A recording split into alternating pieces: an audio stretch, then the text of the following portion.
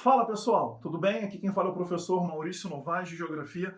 Eu trago para você hoje nesse vídeo um tema de fundamental importância para o seu vestibular, que é o tema conceitos demográficos. Conceitos demográficos é um assunto que sempre aparece nas provas e eu listei aqui alguns temas para conversar com vocês. Eu vou relembrar com vocês alguns conceitos de, por exemplo, população absoluta, densidade demográfica, populoso e povoado, taxa de natalidade, taxa de fecundidade, taxa de mortalidade e, por fim, crescimento natural ou vegetativo. Iniciando o nosso bate-papo, para começar, vamos retomar esse conceito importante. O que é uma população absoluta? Todo país, cidade, estado, que seja, tem um conjunto, tem um número total de habitantes que constituem esse lugar.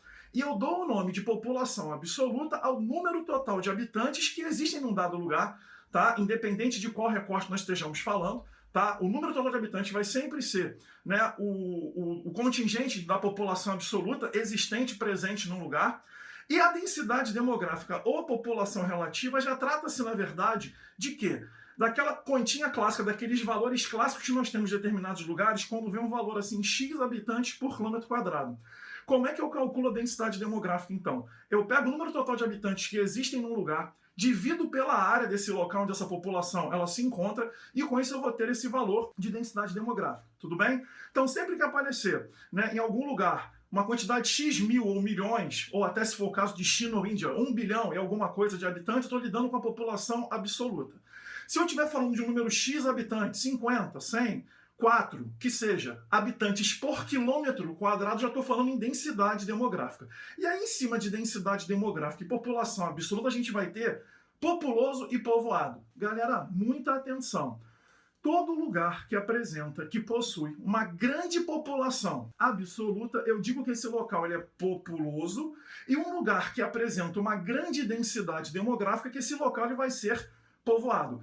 É fundamental que vocês não confundam populoso com povoado. Populoso sempre relacionado ao total de habitantes presentes no lugar e povoado ao número de habitantes por quilômetro quadrado. Sempre em grandes quantidades. Populoso, muita gente, né, no termo total, nos valores absolutos, e densidade demográfica, uma quantidade grande de habitantes por quilômetro quadrado.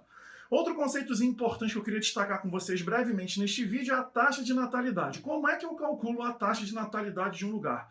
Pessoal, a taxa de natalidade nada mais vai ser do que o número de nascimentos em um ano num determinado lugar, vezes 1000, sobre a população total desse lugar.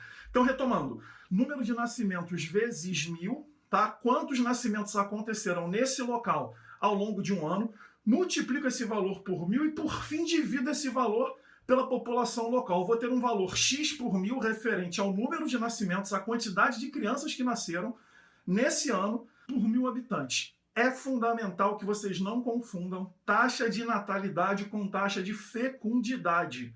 São dois termos muito similares. A fecundidade vai trabalhar com uma média de filhos por mulher existentes num lugar, e o cálculo geralmente é feito com mulheres com idade entre 15 a 49 anos de idade. Então você contabiliza quantas mulheres existem no lugar, nessa faixa etária de 15 a 49 anos de idade, e divide pelo número de filhos que elas têm. Então você vai ter essa taxa aí, né? A média de filhos por mulher num determinado lugar. Óbvio que quanto maior a fecundidade, maior vai ser a natalidade.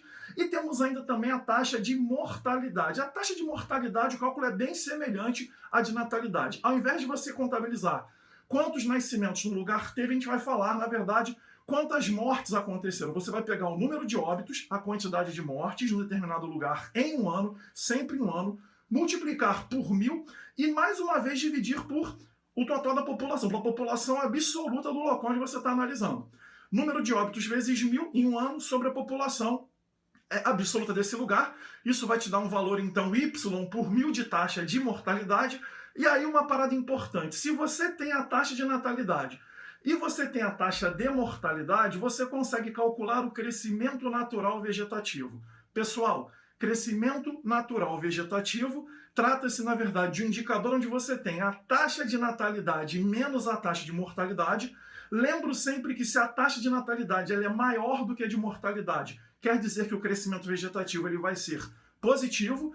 E se em um determinado lugar tem mais mortalidade, se a taxa de mortalidade ela é superior à taxa de natalidade, tudo bem?